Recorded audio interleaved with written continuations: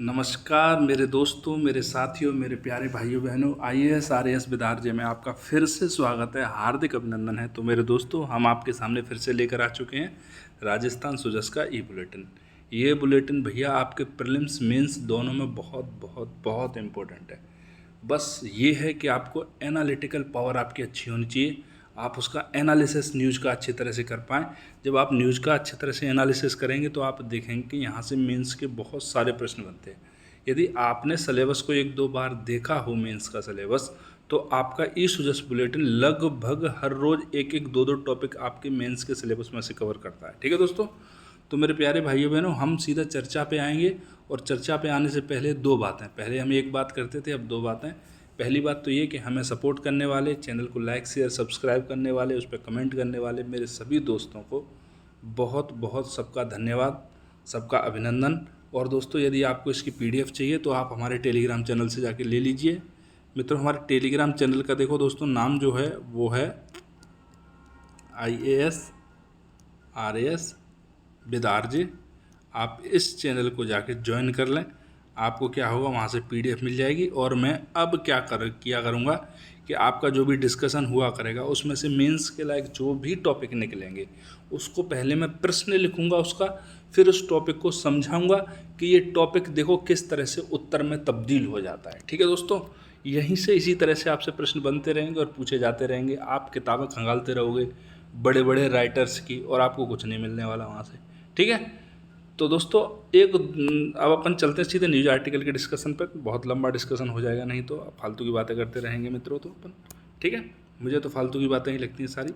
देखो दोस्तों, अपर high level canal आदिवासी आंचल के उत्थान के लिए अहम। देखो दोस्तों, एक कैनाल परियोजना है, उसका क्या किया गया है, शिलान्यास किया गया है। ठीक है, देखो अपने लिए प्रीलिम्स में क्या चीज़ इंपॉर्टेंट है कि अपर हाई लेवल कैनाल परियोजना का निम्नलिखित में से कौन सी नदी पर शिलान्यास किया गया है। तो कौन सी पर है, अनास नदी पर। ठीक है, दूसरा बनता है किस जिले के अंदर है, तो आपका है बांसवाड़ा जिले के अंदर। ठीक है, और मेरे दोस्तों, यहाँ से कभी कभी क्या होता है, स्टेटमेंट टाइप प्रश्न पूछे जाते हैं और कोई नई परियोजना होती है तो उसका बजट भी आपसे पूछ लेते हैं कि उसका बजट कितना रहा है। ठीक है मेरे मित्रों, तो अब आपको पता लग गया कि बांसवाड़ा के लंकाई बागी दौरा में अपर हाई लेवल कैनाल परियोजना अनास नदी के ऊपर साइफन निर्माण का शिलान्यास किया गया है। ठीक है, और 2500 करोड़ रुपए की अपर हाई लेवल में जो कैनाल परियोजना है उसकी क्या रखी गई है, आधारशिला रखी गई है। ठीक है दोस्तों, कैनाल परियोजना आदिवासी आंचल की महत्वाकांक्षी परियोजना है। इससे क्या होगा, सिंचाई जल सुनिश्चितता के चलते क्षेत्र में सतत रूप से विकास होगा, रोजगार के अवसर बनेंगे, सामाजिक आर्थिक उत्थान होगा। ठीक है, देखो दोस्तों, यहाँ से प्रीलिम्स में किस तरह से प्रश्न बन रहे थे दो, वो आपको पता लग गई।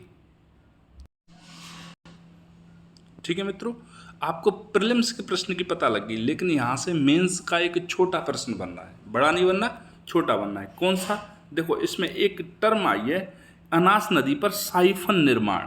क्या है, साइफन निर्माण, आप लोगों को पता लग गया होगा। देखो ये लिख रहा है साइफन निर्माण। ठीक है, अब दोस्तों मेरी एक बात सुनो आप, कई बार आरपीएससी 2 नंबर में एक प्रश्न डाल देती है आपसे कि साइफन क्या है। ठीक है, पहले भी आपसे इस तरह के कई प्रश्न पूछे गए हैं, तो मैं आपको साइफन को पहले सीधी सीधी भाषा में समझाता हूँ कि साइफन क्या है, फिर मैं आपको बताऊंगा कि आप एग्जाम में किस तरह से लिखोगे यदि साइफन के बारे में आपसे पूछा जाता है। ठीक है, तो साधारण से शब्दों में एक बात सुन लो, आपने कभी ऐसा तो किया होगा कि किसी बाल्टी के अंदर, बकेट के अंदर नली डाल दी हो और इधर मुंह से सूत रहे हो उसको, मुंह से खींच रहे हो उसको। ठीक है, मुंह से खींचने पर क्या होता है, उस बाल्टी का पानी क्या होता है, ऐसे पाइप को नीचे पटक दोगे तो उसमें से ऐसे निकलने लगेगा जैसे मोटर में से निकलता रहता है। ठीक है, और नहीं किया हो तो करके देख लेना, आप सबके रूम में, घर में बाल्टी उठाना, उसको टेबल के ऊपर रखना, उसमें एक नली डालना, उसको मुंह से ऐसे खींचना पानी को और छोड़ देना, देखो उसमें से मोटर की तरह पानी निकलता ही रहेगा, निकलता ही रहेगा, निकलता ही रहेगा। ठीक है, तो ये जो प्रोसीजर है यही साइफन है। अब समझ में आया, किसी भी नली के माध्यम से, या बोले तो न्यून कोण नली के माध्यम से जब एक स्थान से दूसरे स्थान तक पानी को दबाव के माध्यम से लेकर आया जाता है, ना कि किसी एनर्जी वगैरह के माध्यम से लाया जाता, तो उसको साइफन बोलते हैं। ठीक है मित्रों, आपसे ये पूछा जा सकता है मेंस के अंदर, आराम से पूछ लेगा, 10-20 शब्दों में 2 अंकों में डाल देगा, और आप बोलोगे हमने सर पूरी ज्योग्राफी पढ़ ली, पूरी इकोनॉमिक्स पढ़ ली, साइफन कहीं नहीं आया। अब साइफन ये पता नहीं कहाँ से देती है आरपीएससी, तो आरपीएससी यहाँ से देती है। आपको साइफन के बारे में पता लग गया। अब अपन देख लेते हैं एक बार साइफन को कि आपको एग्जाम में किस तरह से लिखना है साइफन को, ठीक है। तो साइफन क्या है? न्यून कोण पर मुड़ी हुई एक नली के रूप में एक यंत्र होता है जिससे तरल पदार्थ एक पात्र से दूसरे पात्र में अथवा नीचे के स्तर में पहुंचाया जाता है। साइफन की क्रिया क्या होती है? इस क्रिया से नली के दोनों सिरों पर दाब के अंतर के कारण होती है। दोनों सिरों पर क्या होता है? दाब का अंतर होता है, ठीक है। जब पात्र खाली हो जाता है या दोनों पात्रों में तरल पदार्थ समान होता है तो क्या होता है? भाप रुक जाता है, ठीक है। वही मैंने आपको बताया, यदि आप ऐसे करो या तो पात्र खाली हो जाएगा या फिर अगर उस नली से पानी खींच के आप दूसरे पात्र में डाल ले तो दोनों पात्रों में बराबर पानी हो जाता है। इसी को क्या बोल देते हैं दोस्तों? साइफन बोल देते हैं, ठीक है। साधारण से शब्दों में भी समझ में आ गया साइफन क्या है, और आपको ये भी पता लग गया कि आपको चतुर्रामलिंगम की तरह कॉपी में किस तरह से छापना है। दोनों ही चीज़ें पता लग गई।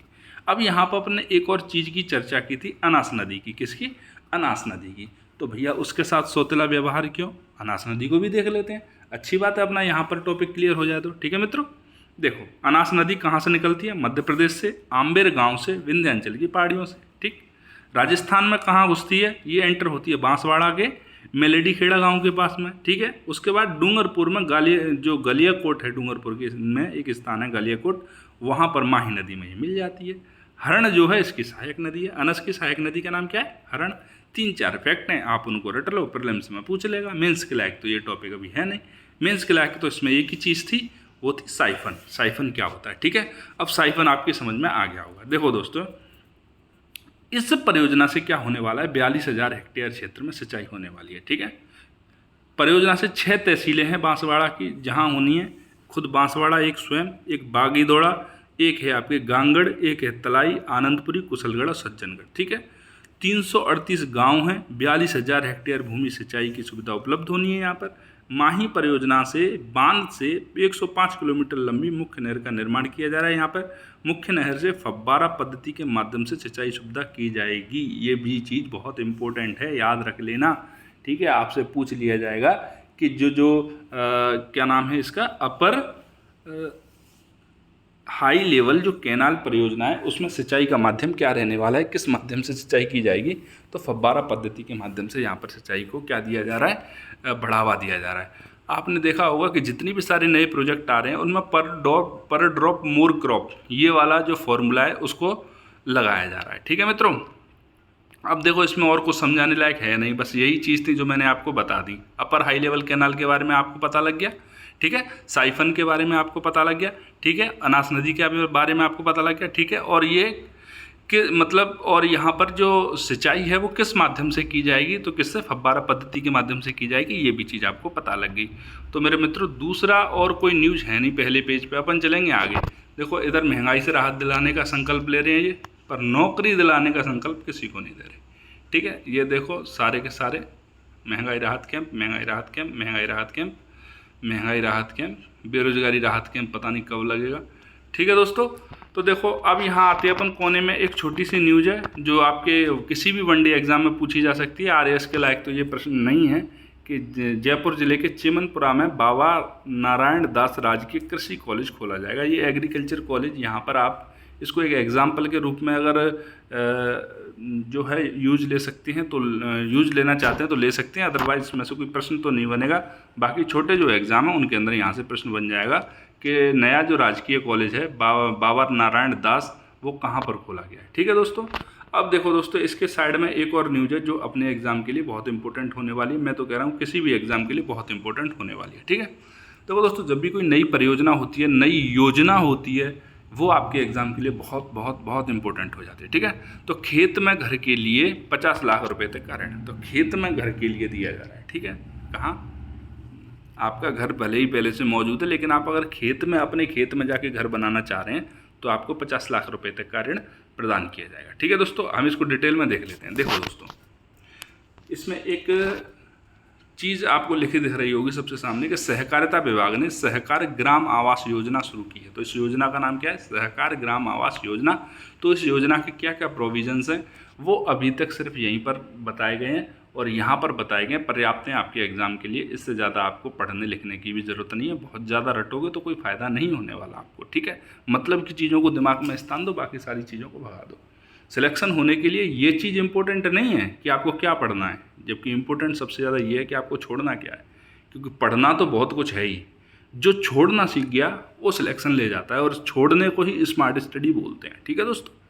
तो देखो दोस्तों, राजस्थान सरकार ने किसानों को अपने खेत पर आवास के निर्माण के लिए 50 लाख रुपए तक के ऋण की उपलब्धता की जाएगी। भाई लोन दिया जाएगा, अनुदान नहीं दिया जाएगा, ठीक है, ऋण दिया जाएगा। इसके लिए कौन सा विभाग सुनिश्चित किया है, तो सहकारिता विभाग। योजना कौन सी चलाई जा रही है, सहकार ग्राम आवास योजना, मतलब गांव के अंदर आवास की योजनाएं सहकारिता विभाग के द्वारा वो योजना। ठीक है। इसमें केंद्रीय सहकारी बैंकों द्वारा किसानों को 3 किस्तों में ऋण उपलब्ध करवाया जाएगा। ठीक है। देखो किसके माध्यम से ऋण उपलब्ध होगा, सहकारी बैंकों के माध्यम से 3 किस्तों के अंदर किया जाएगा। ठीक है। देखो समय पर ऋण जो चुकाएंगे उनको 5% का ब्याज अनुदान मिलेगा, और योजना के तहत ऋण राशि पर किसान को केवल 6% ब्याज देना होगा। देखो जब आप समय पर अपना जो है ऋण है उसको नहीं चुकाएंगे तब आपको 6% देना है। ठीक है। और यदि समय पर आप समय बाई टाइम टू टाइम अगर आप किस्तें भर रहे हो तो आपको 5% का अनुदान मिल जाएगा। मतलब 6% में से 5% का आपको अनुदान मिल गया, मतलब 1% ऋण जो ऋण लिया है आपने टोटल, उस पर केवल 1% ब्याज ही देना पड़ेगा आपको। तो वैसे किसानों के लिए तो भाई प्रॉब्लम होती है, वैसे भी 50 लाख कौन ले रहा है किसान। ठीक है। कम लेंगे, लेने वाले तो होंगे लेकिन कम लेंगे। नेताजी भले ही ले लें किसान बन के, वो बात अलग है। ठीक है। ये दीर्घकालीन अवधि का है, मतलब 15 वर्ष के लिए होगा। जो भी आप ऋण लेंगे वो 15 वर्ष की आपकी किस्त बनाई जाएगी। ठीक है। खेत पर आवास के लिए बैंकों द्वारा 72 करोड़ रुपए का जो खर्च करने का ऋण के रूप में देने का लक्ष्य रखा गया है। ये आपको योजना पूरी समझ में आ गई होगी दोस्तों। आपसे मेंस के अंदर भी पूछेंगे अगर इस योजना को, तो आपसे 20 शब्दों से ज़्यादा नहीं पूछेंगे, नहीं लगता मुझे 20 शब्दों से ज़्यादा पूछेंगे। आपको उसी में एडजस्ट करके 20 शब्दों में ये सारी चीज़ें लिखनी पड़ेंगी। योजना का नाम क्या है, सहकार ग्राम आवास योजना। ठीक है दोस्तों। अब चलते अपन थोड़ा सा और आगे। ठीक है। देखो मेरे भाई बहनों, ये हमारे गहलोत जी कर रहे हैं पूजा अर्चना। ठीक है। इन्होंने पूजा कहाँ की है वो चीज़ इंपॉर्टेंट है। इन्होंने की है त्रिपुरा सुंदरी मंदिर के अंदर। कौन सा, त्रिपुरा सुंदरी। देखो बांसवाड़ा स्थित त्रिपुरा सुंदरी मंदिर के अंदर इन्होंने क्या किया है, पूजा अर्चना की है। तो अपने लिए ये मंदिर इंपॉर्टेंट है कि त्रिपुरा सुंदरी का मंदिर निम्नलिखित में से किस जिले में अवस्थित है। ठीक है। तो कहाँ पर है ये, बांसवाड़ा के अंदर। इसके अलावा और कौन कौन सी चीज़ें और कौन कौन से मंदिर चर्चा में हैं उनको भी अपन देख लेते हैं। साइड वाली न्यूज़ के अंदर ही है कि कोटा में देखो यहाँ पर क्या किया गया है, पर्यटन स्थलों पर 10 करोड़ रुपए की लागत से विकास कार्य करने की मुख्यमंत्री जी ने कहा है। तो कौन कौन से पर्यटक स्थलों पर किए जा रहे हैं, तो श्री ठाकुर जी मंदिर ढीपरी कोटा के अंदर। तो श्री ठाकुर जी का मंदिर कहाँ है, कोटा के अंदर। ये आपसे नहीं पूछा जाएगा क्योंकि श्री ठाकुर जी के मंदिर कई सारी जगहों पर स्थित है, तो आप कंफ्यूज हो जाओगे। तो कन्फ्यूजन वाली चीज़ें आरपीएससी जानबूझ के नहीं डालती। बाय द वे नेताजी ने ही बोल रखा हो कि आप कन्फ्यूजन वाली कुछ चीज़ें डाल दो, इससे केस वेस होगा, कोर्ट वोर्ट में मामला जाएगा, तो कुछ समय के लिए राहत मिल जाएगी। ठीक है। सिंघाड़ जो है आपके राजसमंद में, राजसमंद के सिंघाड़ के प्राचीन 4 भुजा मंदिर। तो प्राचीन 4 भुजा मंदिर कहाँ है, सिंघाड़ राजसमंद के अंदर। ठीक है।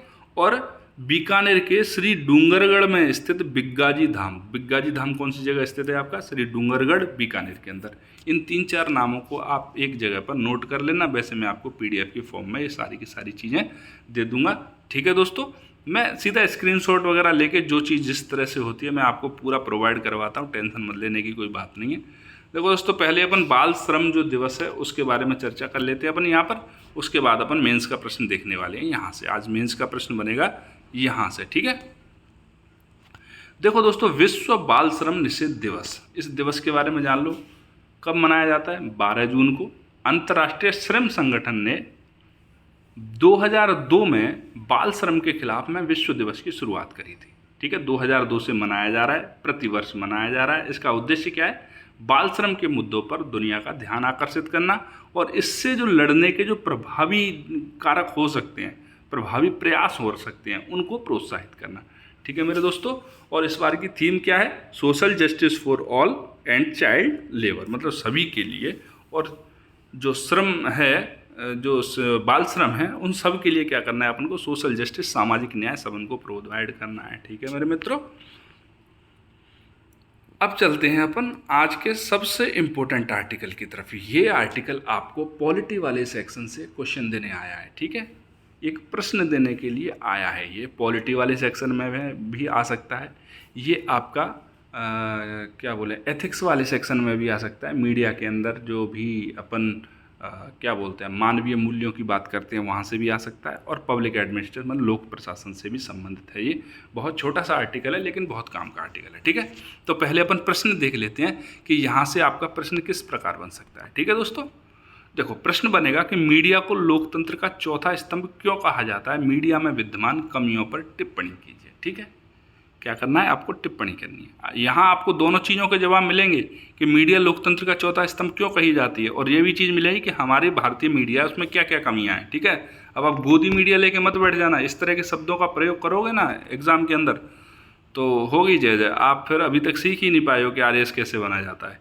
अधिकारी की तरह सोचना सीखो। ठीक है, बिना कोर्ट के डिसीजन के किसी को भी गलत कहने की कोई ज़रूरत नहीं है जब तक एविडेंस ना हो। अगर आपके पास एविडेंस है कि फलाना व्यक्ति गोदी मीडिया है, तभी आप किसी भी व्यक्ति को गोदी मीडिया कहिए, नहीं तो मत कहिए।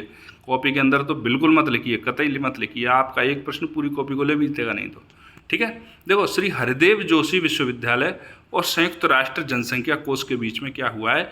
MOU, मेमोरेंडम ऑफ अंडरस्टैंडिंग, मतलब दोनों के बीच में अंडरस्टैंडिंग पर एक मेमोरेंडम हुआ है, मतलब एक कागज़ पे सिग्नेचर किए हैं, भैया हम आपसे सहमत हैं, आप हमसे सहमत रहो कि विद्यार्थी सामाजिक सरोकार के मुद्दों को समझेंगे। क्या करेंगे? विद्यार्थी सामाजिक सरोकारों के मुद्दों को समझेंगे। विद्यार्थी का, या फिर मैं आपसे कहूँ कि जो भी आपकी शैक्षणिक संस्थान है उनका सामाजिक मुद्दों में व्यक्ति के मानवीय मूल्यों में क्या योगदान है, इस नाम से ही सीधा एथिक्स के पेपर में एक मेंस में सिलेबस में टॉपिक दे रखा है आपका।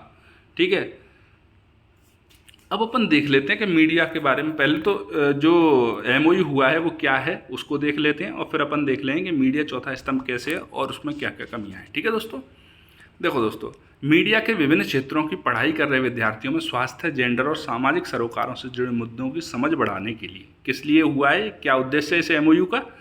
विद्यार्थियों में स्वास्थ्य, जेंडर और सामाजिक सरोकारों से जुड़े हुए जो मुद्दे हैं उनके प्रति समझ बढ़ाने के लिए आपके हरदेव जोशी पत्रकारिता और संचार विश्वविद्यालय और संयुक्त राष्ट्र जनसंख्या कोष दोनों के बीच में MOU हुआ है। आपसे प्री में भी पूछ लेगा कि किन किन दो संस्थाओं के बीच में MOU हुआ है, या आपसे इस तरह से पूछ लेगा कि हरदेव जोशी विश्वविद्यालय ने निम्नलिखित में से किस संस्था के साथ में MOU पर हस्ताक्षर किए हैं। तो प्रीलिम्स से यहाँ से प्रश्न बन गया और मेंस के बारे में मैंने आपको बता ही दिया। तो ये आर्टिकल बहुत इंपॉर्टेंट है। ठीक है, देखो जयपुर में एक कार्यक्रम आयोजित हुआ था। ठीक है, जो आपके संयुक्त राष्ट्र जनसंख्या कोष है उसकी जो हेड थी, उनका इंडिया की जो हेड थी उनका नाम था बोयनार। क्या नाम था? बोयनार। ठीक है, कंट्री हेड ने कहा था कि मीडिया का स्वरूप बदल रहा है और मीडिया के सहयोग के बिना सामाजिक बदलाव संभव नहीं है। अब आप समझो मीडिया चौथा स्तंभ क्यों है? क्योंकि मीडिया के सहयोग के बिना सामाजिक बदलाव संभव ही नहीं है, लोगों के अंदर जागरूकता संभव ही नहीं है। मीडिया में महिला पत्रकारों की संख्या बढ़नी चाहिए, ये कमी है। देखो दोनों ही चीज़ बता रहा है ये। ठीक है, कमी क्या है कि महिला पत्रकारों की संख्या कम है। जेंडर संबंधी मुद्दों की समझ रखने वाले पत्रकार तैयार करने में मदद मिलेगी। जब आप महिलाओं की संख्या पत्रकारिता के अंदर बढ़ाओगे तो जो जेंडर से संबंधित मुद्दों की समझ रखने वाले पत्रकार हैं उनकी संख्या भी बढ़ेगी, तो इससे पत्रकारिता का स्तर और भी अलग तरह से होगा। लोकतांत्रिक व्यवस्था में सामाजिक सरोकारों से जुड़े मुद्दों को प्रमुखता से उठाना मीडिया की जिम्मेदारी है। अब आपको पता लग गया यहाँ से ये चीज़ क्या बता रही है। ये सेंटेंस आपको बता रहा है कि किस तरह से जो मीडिया है वो चौथा स्तंभ है। फिर से एक सेंटेंस आया चौथे स्तंभ का। ठीक है, लोकतांत्रिक व्यवस्था में सामाजिक सरोकारों से जुड़े मुद्दे को कौन उठाता है? प्रमुखता से मीडिया उठाती है। ऐसे में भावी पत्रकारों में जेंडर, महिला एवं बाल विकास से जुड़े हुए मुद्दों के प्रति चेतना, ये सारी चीज़ें क्या है? महत्वपूर्ण है। और जो समझौता हुआ है वो सामाजिक मुद्दों के प्रति जागरूकता, जिम्मेदारी और जिम्मेदार मीडिया कर्मी जो तैयार करने की दिशा में अहम कदम साबित होगा। वैसे बहुत छोटा सा है लेकिन 50 शब्दों में आप इसका आंसर लिखने की कोशिश करें मेरे मित्रों, मेरे दोस्तों। आपको बहुत अच्छा फील होगा अगर आंसर अच्छा आता है तो। देखो पढ़ना एक अलग चीज़ है, लिखना दूसरी चीज़ है। आप कितना भी पढ़ लो, लिखोगे नहीं जब तक पेन अटक जाएगा, पेन नहीं चलेगा, आपकी सेंटेंस फॉर्मिंग होगी ही नहीं। तो मेरे दोस्तों आपको यहाँ से एक और मेंस का प्रश्न मिला है और कई सारे प्रीलिम्स के प्रश्न मिले हैं आज के न्यूज़ आर्टिकल से भी। आज का न्यूज़पेपर अच्छा था। ठीक है दोस्तों, तो आज का हमारा न्यूज़ आर्टिकल डिस्कशन होता है यहीं पर समाप्त। अगर आपको अच्छा लगे तो चैनल को लाइक करना, शेयर करना, सब्सक्राइब करना, कमेंट करना। कोई हमें सलाह देनी हो तो वो सलाह देना। आपके सजेशंस हमारे लिए हमेशा से ही जो गुरुदक्षिणा है आपकी, ये मान लो आप। तो आप जो सजेशंस देते हो, जो लाइक करते हो चैनल को, शेयर भी किया करो, सब्सक्राइब भी किया करो, यही आपकी गुरुदक्षिणा है दोस्तों। ठीक है मेरे मित्रों, तो आपसे मिलते हैं अगले वीडियो में। तब तक के लिए जय हिंद, जय भारत।